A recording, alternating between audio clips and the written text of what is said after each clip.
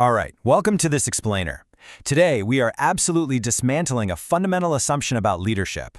And no, we aren't relying on the latest management fads or someone's gut feelings here. We're diving into pure mathematical data. So if you're kind of tired of all the corporate fluff and really want to see the hidden wiring of organizational behavior, well, let's just get right into it. Okay, here's our roadmap for today.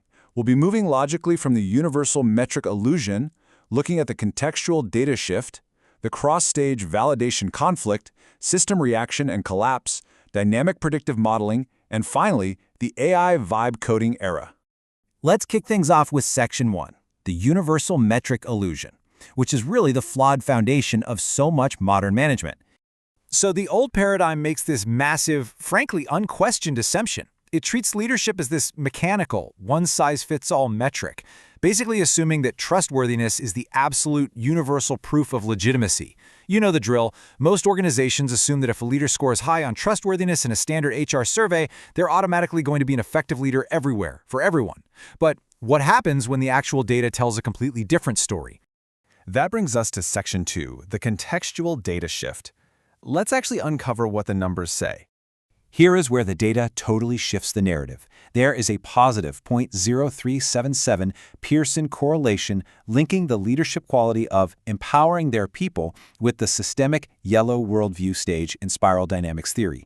And just to put that into perspective, this isn't some tiny, insignificant sample.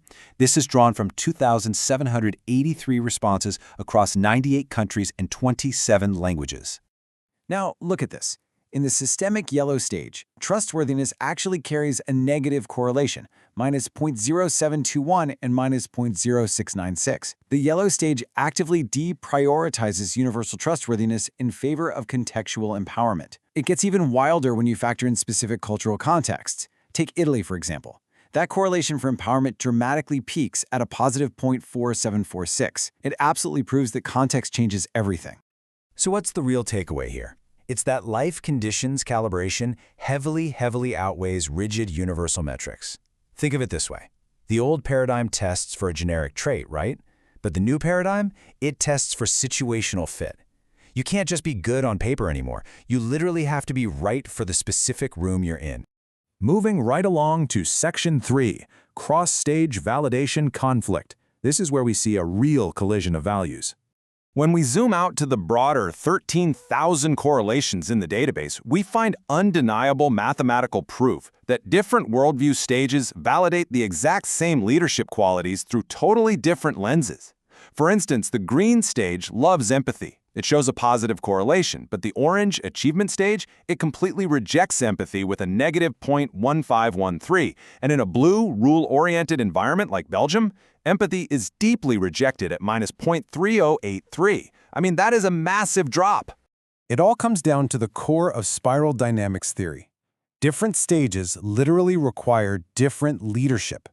Purple validates leadership through tribal belonging and group reliability. Blue relies on rule-bound structure. Orange wants results calibrated effectiveness.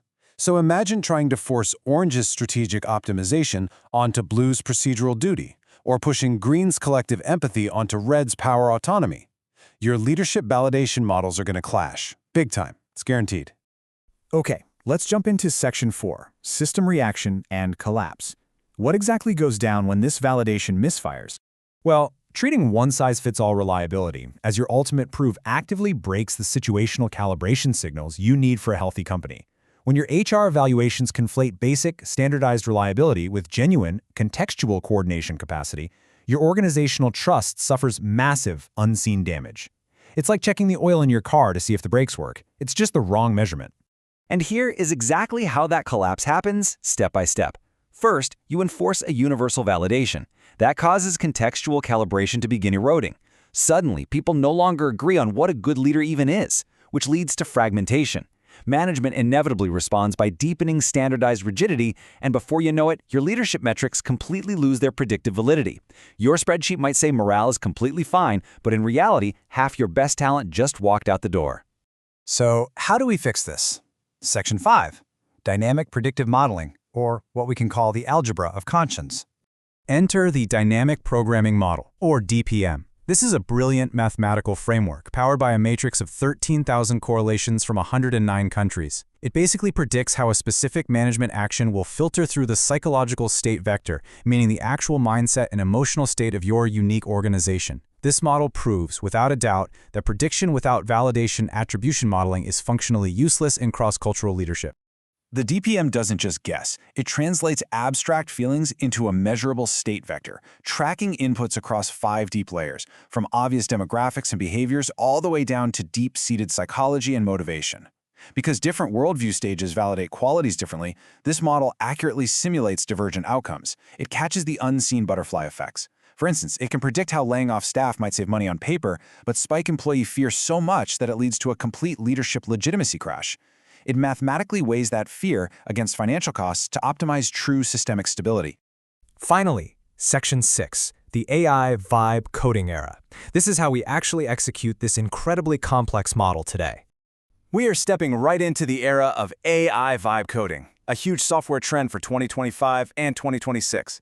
This is where users simply instruct large language models, like Claude Code or Cursor, via natural language to build complex, functional applications. It means organizational leaders can generate massive, dynamic programming simulators just by speaking their intentions. No traditional manual coding required. Just imagine typing or even saying this exact prompt. Show me yellow stage leadership validation patterns. What makes a boss a great leader with life conditions context? By simply inputting that natural language prompt, the AI can instantly map out how contextual empowerment deprioritizes those old universal metrics for your highly specific team. And this brilliantly illustrates the result: a dynamic interface generated entirely by AI vibe coding. Notice the system controls here. The state vector maps out the exact psychological sensors and worldview percentages in a team. You have your management action controls right there. The algorithm runs the transition function and calculates a stability score. It's a literal algebraic optimization of organizational conscience based on situational fit. It is just mind-blowing. So, as we wrap up, I want to leave you with this provocative final thought to reflect on. What breaks when leadership validation stops measuring universal trustworthiness as the sole signal and starts measuring situational fit through contextual empowerment? The real risk for your organization isn't weak trustworthiness, it's the validation itself. Does your company treat universal metrics as the ultimate proof, or does it test for situational fit? Because if an algorithm can compute the algebra of your company's conscience better than human gut instinct, leadership is no longer just an art. It's a measurable, highly adaptable science. Thank you so much for joining me on this explainer. Keep questioning those metrics, and I'll see you next time.